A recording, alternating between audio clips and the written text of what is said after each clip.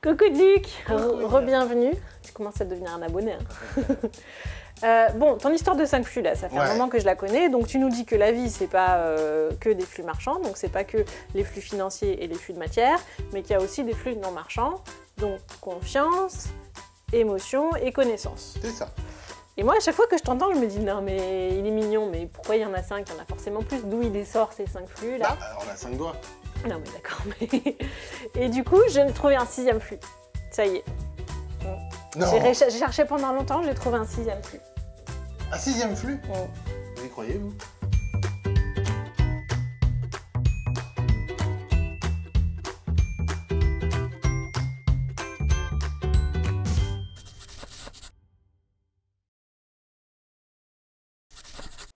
Le temps. Le temps, c'est un flux, non? Le temps? Ouais. Parce que toi, tu donnes du temps, par exemple? Bah oui. Et du coup, quand tu donnes du temps à quelqu'un, du coup, ta journée, elle fait que, par exemple, 23 heures, et puis la personne à qui tu les donnes, elle a une journée de 25 heures devant elle, c'est ça, comme ça? Bah non, mais c'est comme les sous, comme les sous. Je donne 10 euros, c'est 10 euros que j'ai plus. C'est pas un flux qui se conserve. C'est peut-être un flux marchand, le temps, peut-être. Parce que ça se mesure, ça se conserve. Et ça se conserve pas.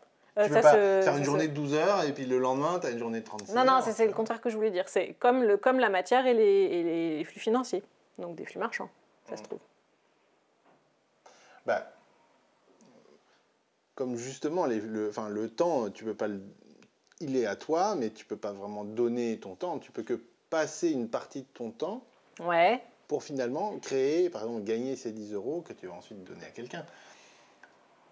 Où tu vas donner, quand tu vas donner ton temps, en fait, tu vas donner 1 heure de ton temps pour enseigner quelque chose à quelqu'un, tu vas lui transmettre une connaissance, donc tu vas sacrifier 1 heure de ton temps, mais ce que tu lui donnes... Pour un flux de connaissances. Il y a un film là-dessus où les gens, ils se donnent du temps, ils meurent plus tôt, plus tard, etc. Mais en fait, c'est dans les films. Dans la vraie vie, on a tous 24 heures par jour, et on décide de ce qu'on en fait, et on les utilise pour créer de ces 24 heures, de par notre activité humaine, des flux. Je vais passer 1 heure à écrire une lettre de recommandation pour quelqu'un. En fait, je lui donne 1 heure pour créer un flux de confiance. D'accord. Mais t'as jamais trouvé un 6e flux? Alors si, c'est vrai. Ah. C'est vrai. Mais 5, c'était beau quand même, les 5 doigts de la main. C'est vrai que c'est pratique. Hein, et par exemple, si on prend les sens, combien on a de sens? 5. Ah, tu les connais? Oui. On les a appris à l'école. Oui. Moi aussi, je les ai appris à l'école. Le toucher, l'odorat, la vue, l'ouïe et le goût. Et c'est ça. Et en fait, non. Comment ça, non? Eh ben, j'ai reçu le dernier Astrapi. Ils n'ont pas payé Astrapi pour être dans la vidéo.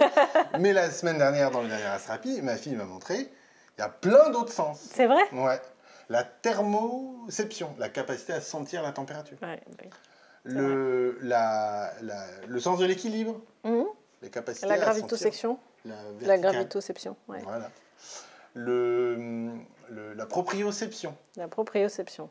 Tu fermes les yeux et essaye de toucher une partie. Voilà. La proprioception, c'est la capacité de savoir où sont les différentes parties de notre corps. Toucher. Bravo. Et puis même, puisqu'on est sur Open Opal, parlons un petit peu de wholeness, peut-être qu'on a un sens qui nous permet de détecter notre niveau de wholeness. Ou la sincérité de l'autre. Voilà. Alors la sincérité de l'autre, on peut se dire, ah oui, mais tu fais ça avec les yeux et le regard et tout ça. Mais en tout cas, quand on démarre par exemple une réunion et qu'on fait un tour d'inclusion, voilà, l'objectif... Allez voir la vidéo sur l'inclusion. Voilà, un centrage, ou quand on fait de la mindfulness, c'est-à-dire on essaye de s'observer soi-même comme une sorte de lunette astronomique qui est recourbée vers soi-même. Mais on a des exercices comme ça qui nous permettent d'augmenter notre conscience de nous-mêmes. Et on le sent. On se dit, ah oui, là, je suis mieux aligné. Là, je me sens mieux en confort. Et du coup, je vais pouvoir me mettre plus en vulnérabilité, etc. Alors, je ne sais pas. Je ne suis pas dans la science des sens. Mais en tout cas, ce que j'observe, c'est que dans notre vie quotidienne, on parle de 5 sens. Finalement, on vit assez bien avec. Et c'est un modèle qui nous permet de vivre et d'assez bien prendre des décisions au quotidien. Et finalement, ce que je propose avec les 5 flux, c'est la même chose. C'est de dire, voilà un modèle, voilà un prisme de perception du monde qui est bien utile pour prendre des décisions au quotidien. Parce que c'est vrai qu'on pourrait dire, par exemple, les flux marchands, tous les objets ont un prix, donc en fait on peut convertir la matière en argent, et donc en fait il n'y a qu'un flux. Sauf quand tu fais du troc. Alors, oui, dans ce cas-là, ce serait du flux uniquement matériel. On pourrait dire, voilà, en fait, il y a un flux marchand, le monde du marchand, et puis 3 flux non marchands. Sauf que dans la vraie vie, c'est quand même pas pareil d'être payé en bananes ou d'être payé en euros, pour des raisons de praticité, et de confort et de simplicité de la vie. Et du coup, j'ai trouvé que c'était quand même plus utile de dire, allez, utilisons 2 dimensions pour qualifier tout ce monde du réel, ce monde du tangible. C'est vrai que si vous allez mettre des sous sur la cagnotte d'OpenOpal, par exemple, c'est mieux de mettre des euros par rapport aux bananes, on préfère. Ah oui, sur Open Collective / OpenOpal. Open Collective, oui.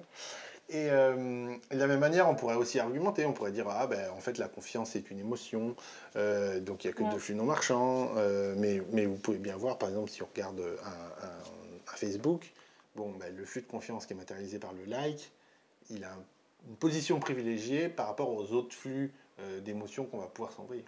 Bah non, maintenant ils sont tous au même endroit, tu peux dire like, waouh, rigoler, tout ça. Il y en a un par défaut. C'est vrai, c'est vrai. Donc il a une position privilégiée. Et après, il y a des modèles à 6 flux ou des modèles à 7 flux. Par exemple, on peut dire, oui, mais attention, et la foi dans tout ça. Ma connexion spirituelle. C'est pas de la confiance, ou alors on pourrait dire que c'est de la confiance en Dieu, mais les flux non marchands, c'est interhumain, l'humain humain.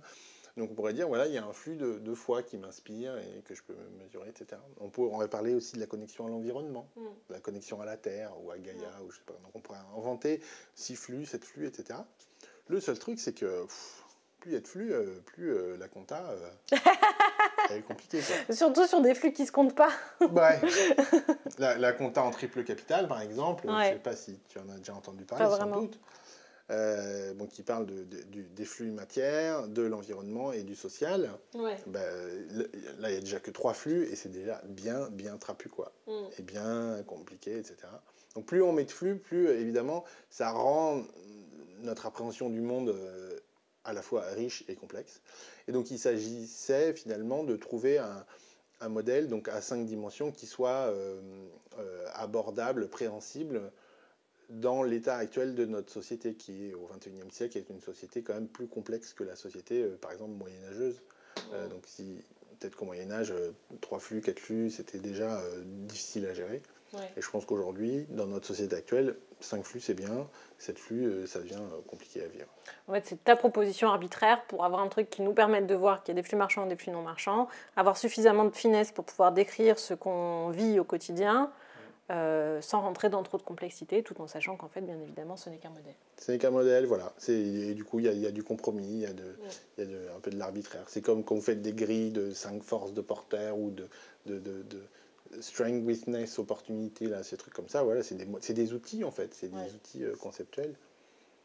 C'est pas des théories, ou alors c'est pas des théories scientifiques, ou alors en tout cas, elles n'ont pas encore été démontrées. Donc, c'est des sujets d'études, j'ai envie de dire, scientifiques. Comme l'opale, en fait. Voilà. Ok, bon merci pour cet éclaircissage. Moi qui croyais que j'avais réussi à trouver un flux. Bon, ok, je comprends mieux en tout cas, et j'espère que vous aussi. Si ça vous a plu, n'oubliez pas le petit pouce. Nous, on continue à être là, que ce soit Duc ou d'autres ou moi toute seule. Toujours là. On espère vous voir bientôt. À bientôt. À la prochaine vidéo, salut.